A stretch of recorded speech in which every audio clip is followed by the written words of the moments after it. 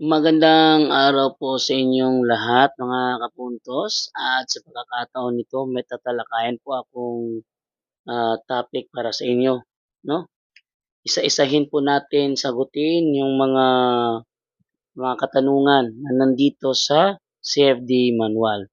Kaya kung gusto niyo na matuto ng kahit na katiting na apologetics, manood lamang po kayo.